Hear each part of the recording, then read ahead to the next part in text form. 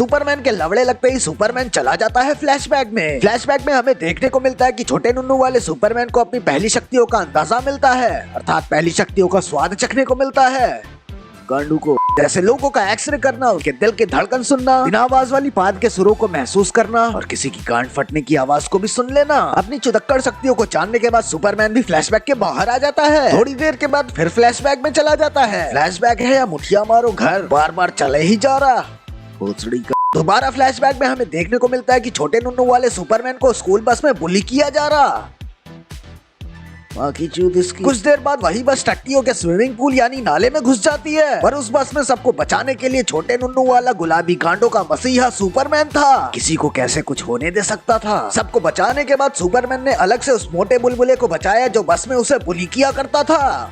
देखा दोस्तों, हीरो बनने की कुर्बानी, आपको उसे भी बचाना पड़ेगा जो आपकी लाइफ में सबसे बड़ा मादरचोद है। इसीलिए हीरो ना बने, मरने दे मादरचोदों को। यहाँ पे सुपरमैन के सेकंड हैंड पप्पा सुपरमैन को कहते हैं कि हर जगह गांडुओं की तरह अपनी शक्तियां मत दिखाया करो। फिर उसके बाद सुपरमैन के सेकंड हैंड पप्पा सुपरमैन को वो शिप दिखाते हैं जिसमें सुपरमैन बैठ के आया था, बहुत ही छोटे नुन्नू के साथ। और उसके बाद एक काली कलर की कोई चीज भी दी। नहीं, ये अफ्रीकन बच्चे का लुल्ला नहीं है। कुछ सालों के बाद ये ट्रक वाला बंदा सुपरमैन की गांड में उंगली करता है, पर सुपरमैन ने हीरो होने का फर्ज निभाया और उस बंदे को माफ कर दिया, पर उसके ट्रक के हर छेद में बम्बू घुसा दिया जैसे जॉनी सिंस और मिया खलीफा। उसके बाद सुपरमैन एक स्पेसशिप पे जाके वो चाबी लगाता है जिसको देख के तुमने अफ्रीकन बच्चे का लुल्ला समझ लिया था, पर उस स्पेसशिप में सुपरमैन के अलावा भी कोई और था कैमरा लेके। ये है रज्जो। रज्जो को फ्यूचर में सुपरमैन से प्यार हो जाता है क्योंकि ये हीरोइन है भोसड़ी वालों। रज्जो ने एक रोबोट को देख के फोटो खींचने की कोशिश की, पर उस रोबोट ने रज्जो के ऊपर हमला कर दिया। इस रोबोट ने जेंडर इक्वालिटी जैसे शब्दों पे लैट्रीन कर दी। रज्जो की कहानी खत्म ही होने वाली रहती है, पर सुपरमैन आके रज्जो को बचा लेता है। पर रज्जो को चोट लग जाती है और उस चोट को सही करते टाइम रज्जो ने पहली बार सुपरमैन की शक्तियों को बहुत ही करीब से देखा और महसूस भी किया। रज्जो की चोट ठीक करने के बाद सुपरमैन पहली बार मिलता है अपने ओरिजिनल पप्पा के क्लोन से। सुपरमैन के पप्पा का क्लोन सुपरमैन को बताता है कि उसकी गांड ने पहली पाद किस ग्रह पे मारी। ये सब जानने के बाद सुपरमैन को भी मिल गया अपने जीने का मकसद। सुपरमैन अपनी लाइफ की पहली उड़ान मारता है। सुपरमैन अभी तक वर्जिन है उड़ान के मामले में,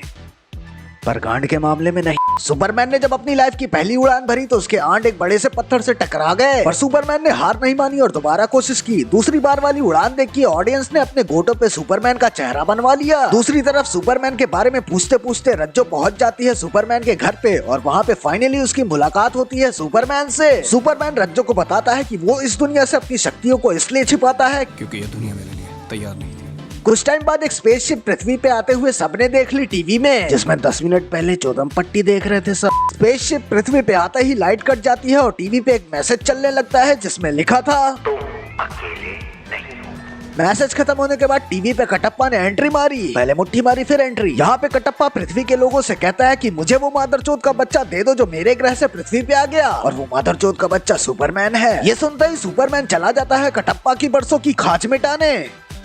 गांड वाली खाज। कटप्पा की लेडी कमांडर सुपरमैन और रज्जो को लेके चली जाती है कटप्पा के पास। सुपरमैन से मिलने के बाद कटप्पा सुपरमैन को बताता है कि उसकी झांट जमाओ सजा से क्रिप्टॉन की तबाही ने उसे बचा लिया। कटप्पा को सजा होने का रीजन जानने के लिए पार्ट 1 देखे जिसके लिंक डिस्क्रिप्शन में है। पर सुपरमैन ने कटप्पा की गांड तोड़ने का फैसला कर लिया था क्योंकि कटप्पा ने सुपरमैन को सारे पृथ्वी वालों के सामने सुपरमैन को मादरचोद बोल दिया था। उधर रज्जो और सुपरमैन के पप्पा के क्लोन की मदद से रज्जो और सुपरमैन कटप्पा के शिप से भागने में कामयाब हो जाते हैं क्योंकि सुपरमैन कटप्पा के शिप पे कमजोर हो गया था उस शिप के एटमॉस्फेयर की वजह से। दूसरी तरफ कटप्पा सुपरमैन के घर पे जाता है उस शिप की तलाश में जिसमें बच्चा सुपरमैन पृथ्वी पे आया था, और कटप्पा इस बात से अनजान है कि सुपरमैन उसकी शिप से पेल भागा। कटप्पा को सुपरमैन की शिप इसलिए चाहिए क्योंकि उसमें कोडेक्स है। लेडी कमांडर को सुपरमैन की शिप तो मिल जाती है पर उसमें कोडेक्स नहीं मिलता। अगर कोडेक्स नहीं मिला तो कटप्पा का वंश आगे नहीं बढ़ पाएगा, और कटप्पा के गोटों की गांड में इतना दम नहीं कि कटप्पा पेल के बच्चा पैदा कर सके। कोडेक्स न मिलने पे कटप्पा की झांटें रंगीन हो जाती है और वो सुपरमैन की मम्मी पे हमला करने वाला रहता है। तभी सुपरमैन गुस्से में आता है और कटप्पा को गांव से उठा के शहर में पटक देता है जैसे बेरोजगारी लड़कों को। इतने में कटप्पा बेहोश होने लगता है। कटप्पा के बेहोश होते ही तो नाजुक टट्टे उसकी शिप से आते हैं और कटप्पा को ले जाते हैं। उधर लेडी कमांडर एक झांटू बंदे के साथ सुपरमैन को रोकने की कोशिश करती है, पर सुपरमैन ने जल्दी बता दिया कि इस मूवी का नाम सुपरमैन है ना कि लेडी कमांडर। कटप्पा के होश में आते ही ये चोदू बताता है कि सुपरमैन के पप्पा ने कोडेक्स को सुपरमैन के डीएनए में मिला दिया और कोडेक्स को सुपरमैन के डीएनए से निकालने के लिए सुपरमैन का जिंदा रहना जरूरी नहीं। ये जानते ही कटप्पा अपनी आर्मी भेज देता है सुपरमैन को मारने के लिए, पर सुपरमैन कटप्पा की आर्मी की गांड मार के भालू बना देता है। कटप्पा की आर्मी जब सुपरमैन का कुछ नहीं उखाड़ पाई तो कटप्पा खुद आ गया अपनी 2.5 इंच की ढुल्ली लेके, और इसी के साथ शुरू हो जाता है कटप्पा वर्सेस सुपरमैन। मुझे भी इस वीडियो का टाइटल मिल गया। ये लड़ाई देखकर मेरी गांड में हार्ट अटैक आ जाएगा, इसीलिए इसे स्किप करते हैं। कटप्पा वर्सेस सुपरमैन वाली वीडियो में कटप्पा वर्सेस सुपरमैन छोड़ के सब देखने को मिलेगा।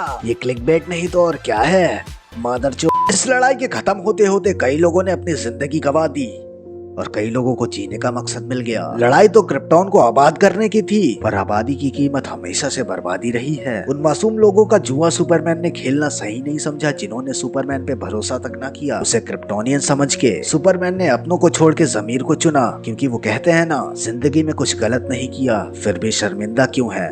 जमीर अगर जिंदा है तो समझ ले जिंदा तू है। मिलते हैं अगली वीडियो में, ध्यान रखना, बाय।